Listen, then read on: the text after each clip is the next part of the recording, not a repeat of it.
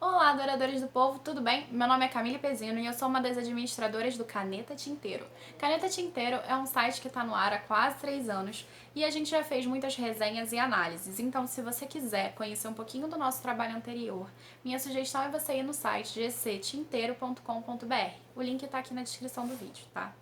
Bom, a gente percebeu que para trazer literatura para pessoas que não são tão engajadas na literatura e na leitura, a gente precisava expandir um cadinho o nosso nicho. Por isso, a gente resolveu entrar em 2 novas mídias. A primeira foi o podcast no Spotify, que também está aqui na descrição, e o primeiro episódio é uma entrevista com o nosso autor do livro de hoje. E o segundo é aqui o vídeo no YouTube. Essa segunda mídia foi um passo enorme pra gente, então eu espero que vocês gostem.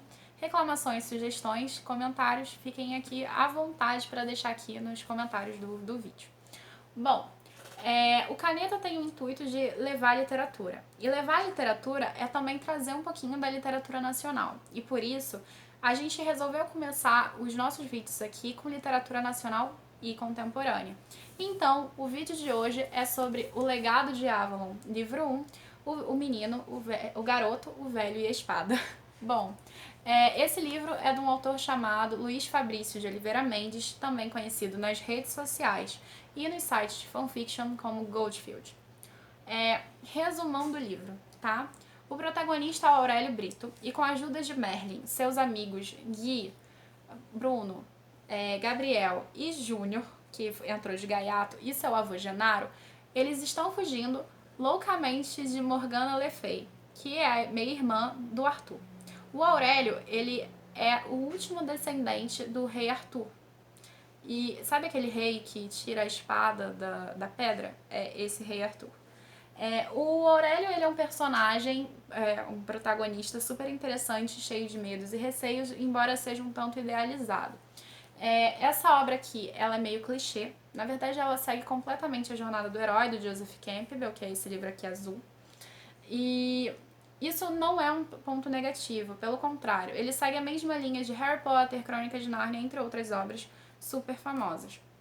O Aurélio, ele tá fugindo da Morgana, porque a Morgana quer assassinar todos os descendentes de Arthur, justamente porque acredita que quem deve criar a nova Camelot é o seu filho Mordred.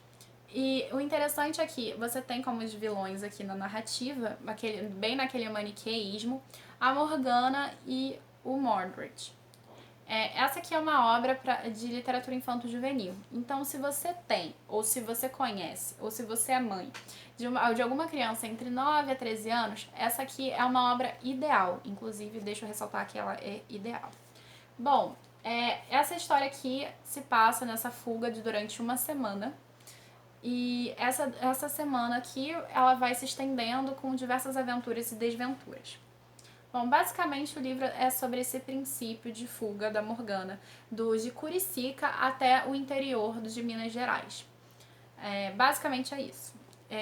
Até porque é livro 1, como vocês podem perceber, então ele tem continuações e desdobramentos que vão se seguir.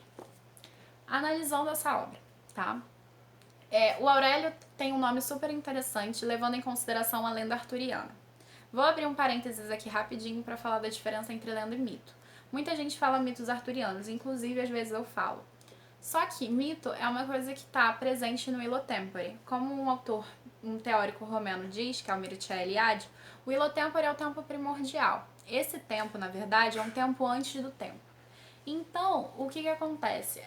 Os mitos arturianos, na verdade, são lendas, porque eles são baseados, pelo menos o que se acredita, em um contexto histórico, em personagens históricos. Então, por conta disso, não faz muito sentido dizer que mitos arturianos, mas sim lendas arturianas.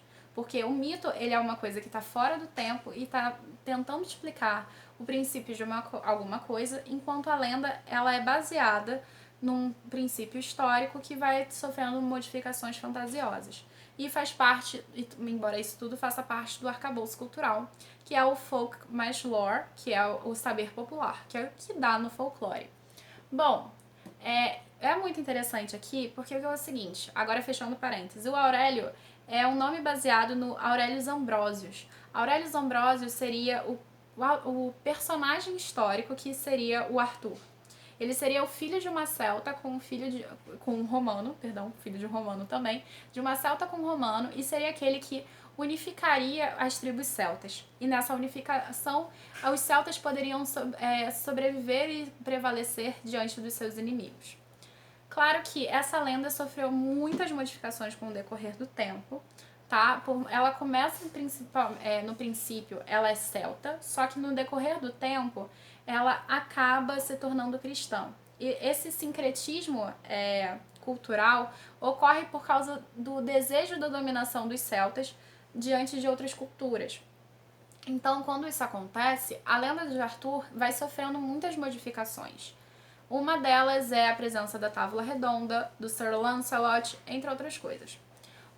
O legal desse livro aqui eu prefiro a vertente celta, tá? Mas o legal desse livro aqui é que ele segue a vertente do Thomas Malory, que é um autor que escreveu La Morte d'Arthur, que é uma das vertentes arturianas mais famosas, inclusive. É legal porque o livro ele já tem um sincretismo nas lendas arturianas, é a mistura do celta, tanto é que os feitiços do Merlin são em gaélico, e com o cristão. Então já tem essa mescla aqui do cristianismo junto, etc e tal. Mas o legal desse livro é também esse sincretismo. Só que esse sincretismo, ele não vai seguir a onda de só falar sobre Arthur, sobre a Inglaterra, etc. Sobre os celtas, mas também do nosso folclore nacional. O sincretismo nada mais é que uma miscigenação cultural, uma mistura entre duas culturas diferentes. Então aqui a gente vai encontrar as lendas arturianas misturadas com o nosso folclore. E é muito legal, porque a gente vai ver a presença de personagens como Boitatá, como a Mula Sem Cabeça, e ao mesmo tempo a gente vai ver fadas e Avalon, entre outros elementos dos mitos das lendas arturianas. Eu mesma falo mitos, eu tô erradíssima. Tá, vamos lá. Sobre a narrativa. A narrativa ela vai seguir a jornada do herói. Não é negativo seguir o clichê, tá? Ela é bem clichê mesmo, não tem muitas surpresas nos percalços em relação à linearidade da narrativa. Mas esse livro aqui, ele tem um ponto muito positivo, que ele é extremamente didático. O Luiz, ele é professor de história. Então, como professor de história, ele foi super didático em apresentar informações sobre a história do Brasil e sobre personagens históricos, como o Che Guevara, por exemplo. Então, tem várias passagens que estão dando conhecimento para as pessoas que estão lendo. Por exemplo, sobre as Três Marias. A represa lá das Três Marias, eu não fazia ideia da lenda que tem por trás. Então, aqui conta, por exemplo, isso. Nessa jornada de Curicica até o interior de Minas, você vai encontrando diversas referências históricas e didáticas que vão sendo usadas pelos personagens. É positivo porque está ensinando. Então é por isso que esse livro infanto-juvenil ele é super legal e indicado para crianças que estão aprendendo na fase de 9 a 13 anos.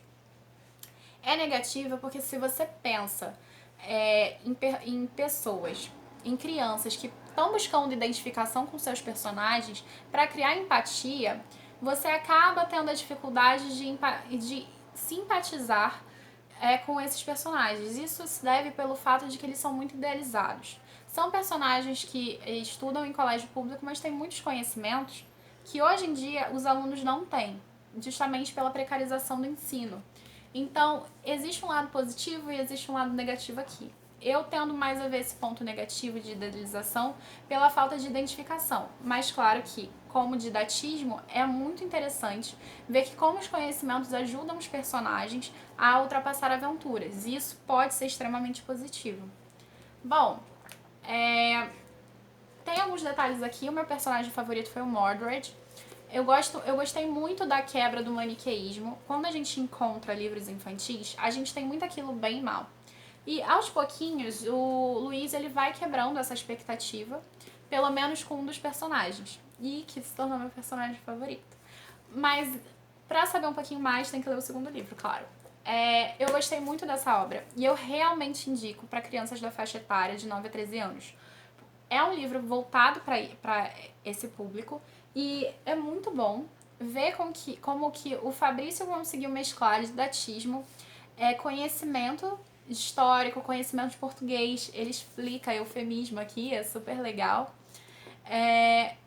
Nessa obra aqui. E é um livro que, por mais didático que seja, ele não é maçante nesse didatismo. As marcações, elas são muito bem marcadinhas no momento que ele vai explicar as coisas e elas são muito necessárias. O que torna esse conhecimento muito válido dentro da história e que pode acabar impactando a criança. Então, essa é a minha recomendação e essa é a minha resenha de hoje. Eu espero que vocês gostem de O Legado de Avalon e que vocês acompanhem. O link do Luiz vai ficar aqui embaixo também, para que vocês conheçam um pouquinho. E vamos anunciar o nosso primeiro sorteio. Então vai nas nossas redes sociais, no Instagram, Facebook, Twitter, e aproveita para conseguir concorrer a esse livro. Então, se você quiser ler, se você quiser acompanhar o Legado de Avalon ou conhecer, fica à vontade, viu? A gente vai apresentar para vocês um sorteio maravilhoso dele, com parceria do Luiz. Enfim, um beijo pra vocês, um abraço com os tentáculos do nosso povo e eu espero que vocês gostem e continuem acompanhando a gente. Tchau, tchau!